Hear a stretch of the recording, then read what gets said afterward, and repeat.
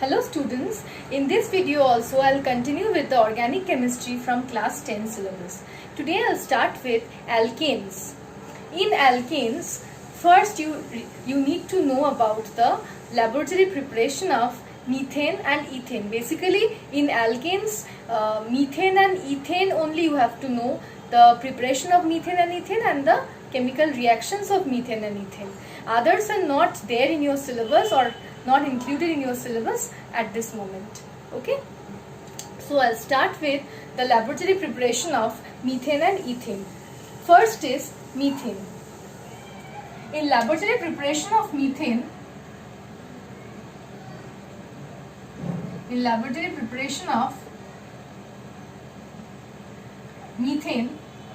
you require sodium acetate. What is sodium acetate?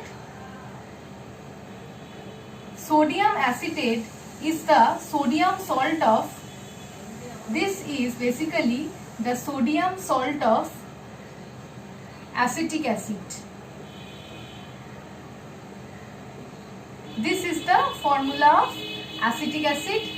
Since it contains 2 carbon, it can also be named as ethanoic acid. This is the IUPAC name of this compound. But normally this compound's common name is acetic acid. Okay. Sodium salt of acetic acid is known as sodium acetate. This is known as sodium acetate. Sodium acetate, or you can call it sodium ethanoate.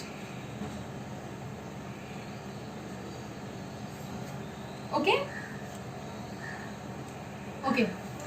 When sodium acetate is heated with soda lime, I'll come to soda lime. First let me do the reaction. When sodium acetate is heated with soda lime, then we will get methane and along with that sodium carbonate. Now what is soda lime? What is soda lime? Soda lime is a mixture of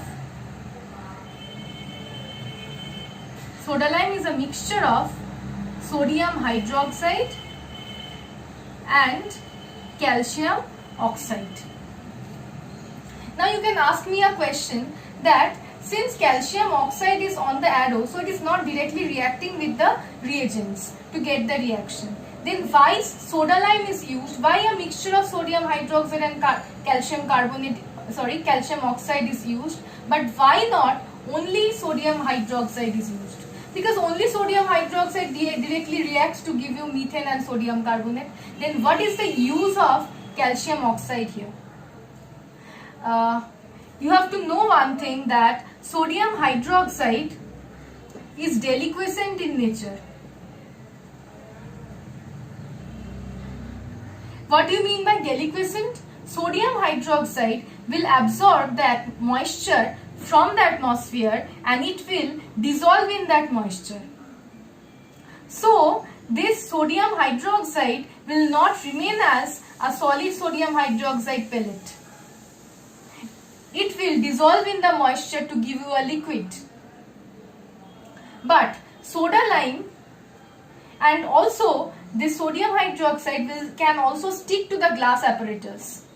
But this soda lime, which is a mixture of sodium hydroxide and calcium oxide, is not deliquescent in nature.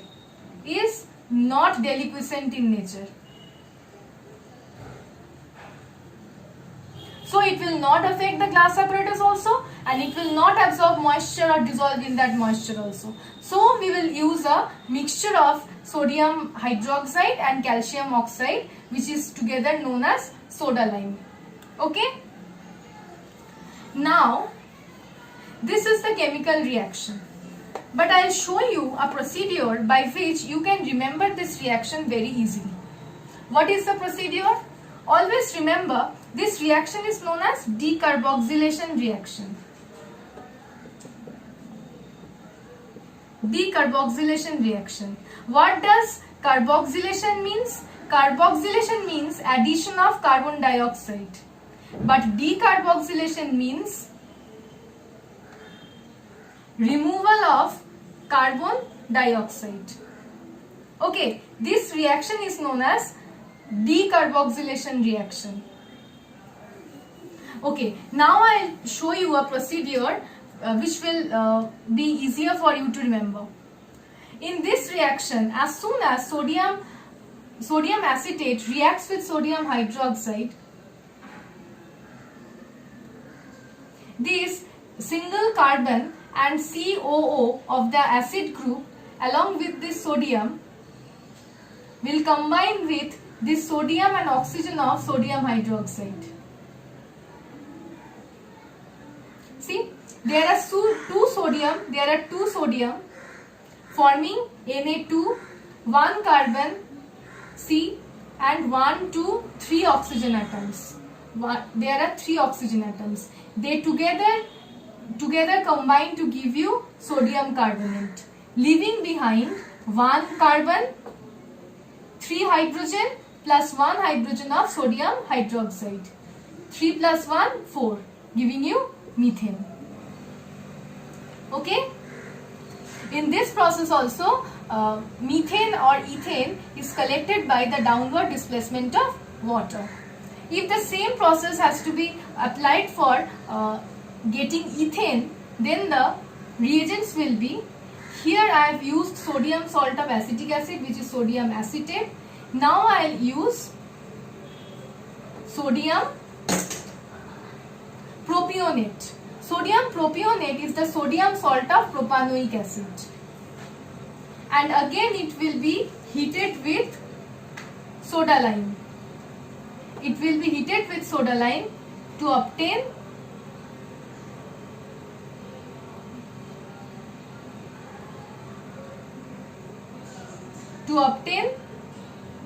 CH3, which is shortly known as ethane and sodium carbonate.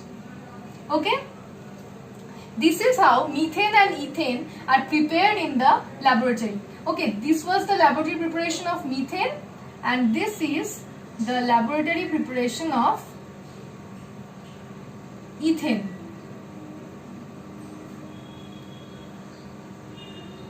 This was the laboratory preparation of methane and this is the laboratory preparation of ethane. The same procedure is applied, only sodium salt of acetic acid is used for methane and sodium salt of propanoic acid is used for ethane.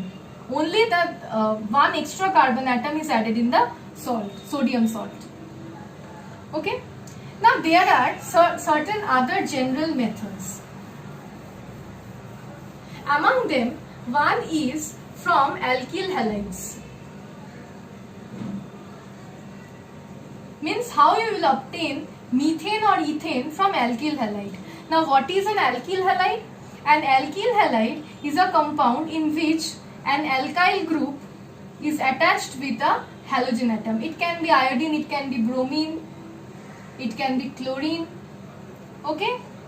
This alkyl group can be methyl group, it can be ethyl group, it can be propyl group, anything. Any alkyl group can be present. Okay? These are known as alkyl halides. Okay? Now how you can obtain methane and ethane from alkyl halide. Now for obtaining methane, we will require an alkyl halide consisting of 1 carbon. So the alkyl halide consisting of 1 carbon is methyl halide. And for this we will take methyl iodide. Okay, when methyl iodide is mixed with zinc, copper, couple in presence of alcohol, what happens is that zinc, copper couple in presence of alcohol will evolve nascent hydrogen. Nascent hydrogen means hydrogen in the atomic form. Nascent hydrogen. This nascent hydrogen will reduce the methyl halide to methane. Along with that, HI will also be obtained. If you want the balanced reaction, then the balanced reaction will be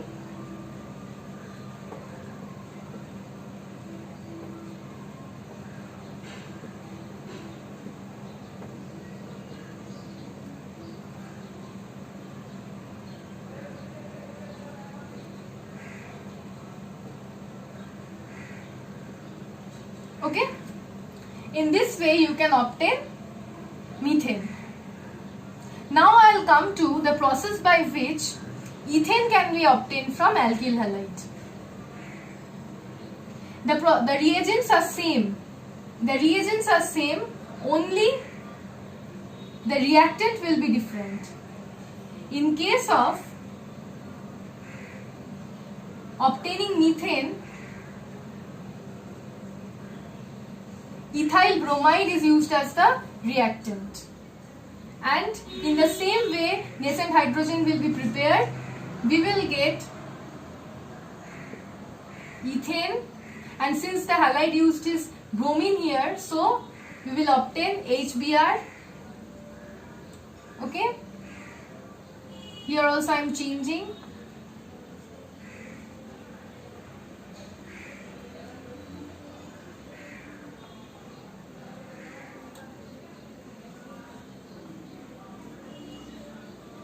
Okay, this happens for obtaining ethane from alkyl halide. Now there is a direct method by which ethane can be obtained from methyl halide. There is a direct method. Let me show you the direct method.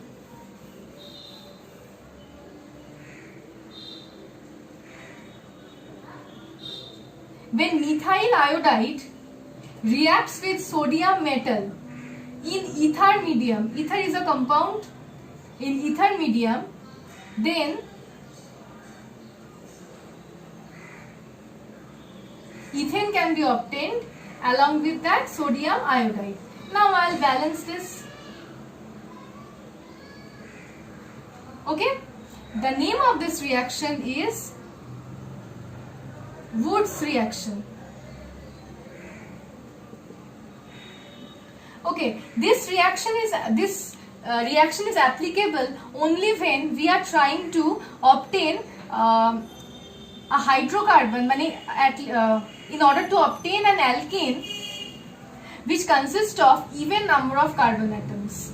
This process is not applicable for obtaining alkanes with odd number of carbon atoms. Okay, this reaction is known as Woods reaction. By this reaction we can directly obtain ethane from methyl iodide. Okay, these are more or less the preparation of methane and ethane. Now I will come to the chemical reactions. The most important reaction for methane and ethane is substitution reaction.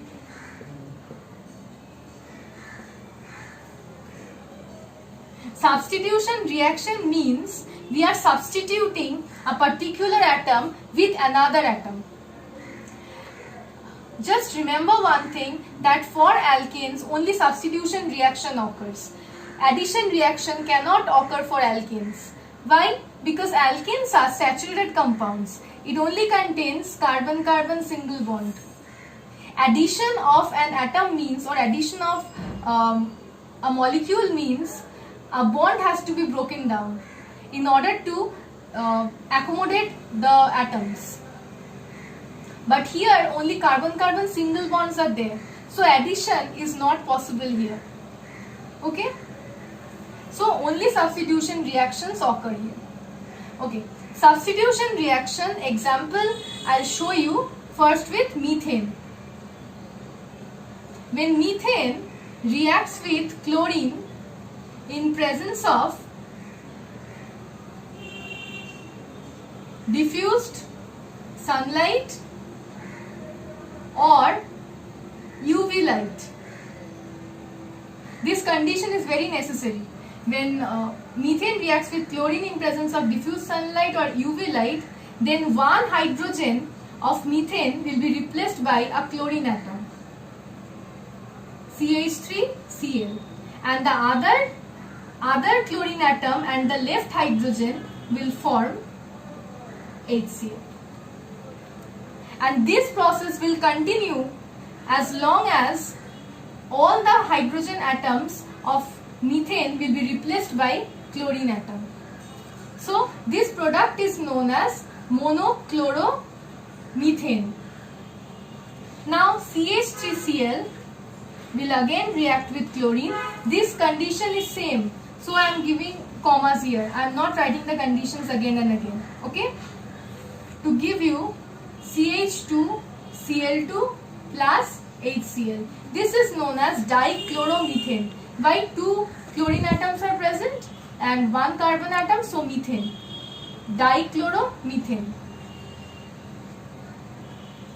This will continue under same conditions. Trichloromethane and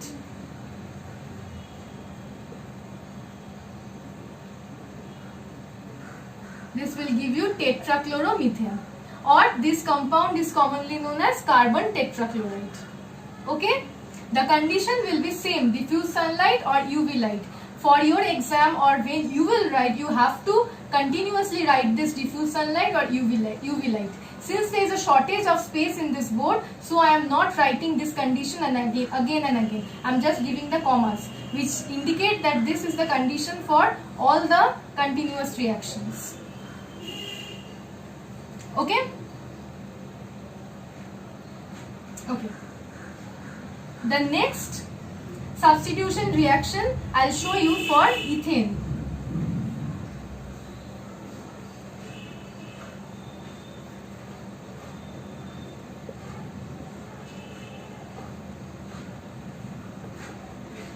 All the 6 hydrogen atoms of ethane will be replaced by chlorine atom.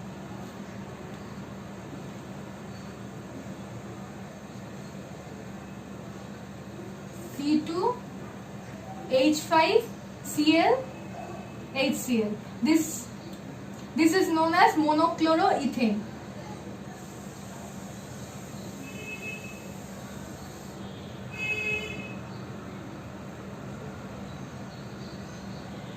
Dichloroethane.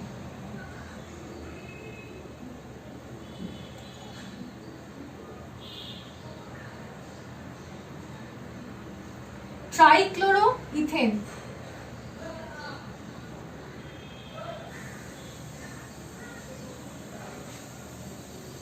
Sorry, here two. Oh.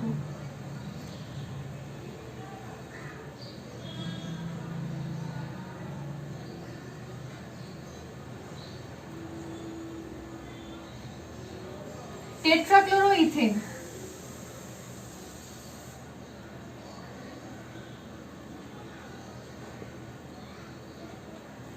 Same conditions.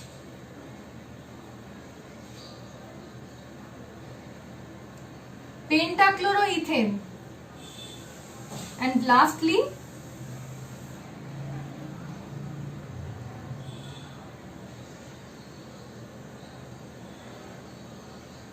when all the hydrogen atoms will be replaced by chlorine atoms, hexachloroethane, and this reaction will stop here. This is known as substitution reaction, and these are the two substitution reactions of methane and ethane. Okay? Okay. In the next video, I'll continue with the oxidation reactions and many other reaction with also I can show you the reaction with oxygen or potassium permanganate, all these reactions. I'll show you some other reactions which are necessary for alkanes and are there in your syllabus. Okay, just read this part and keep a note of this part. These are important portions. Thank you.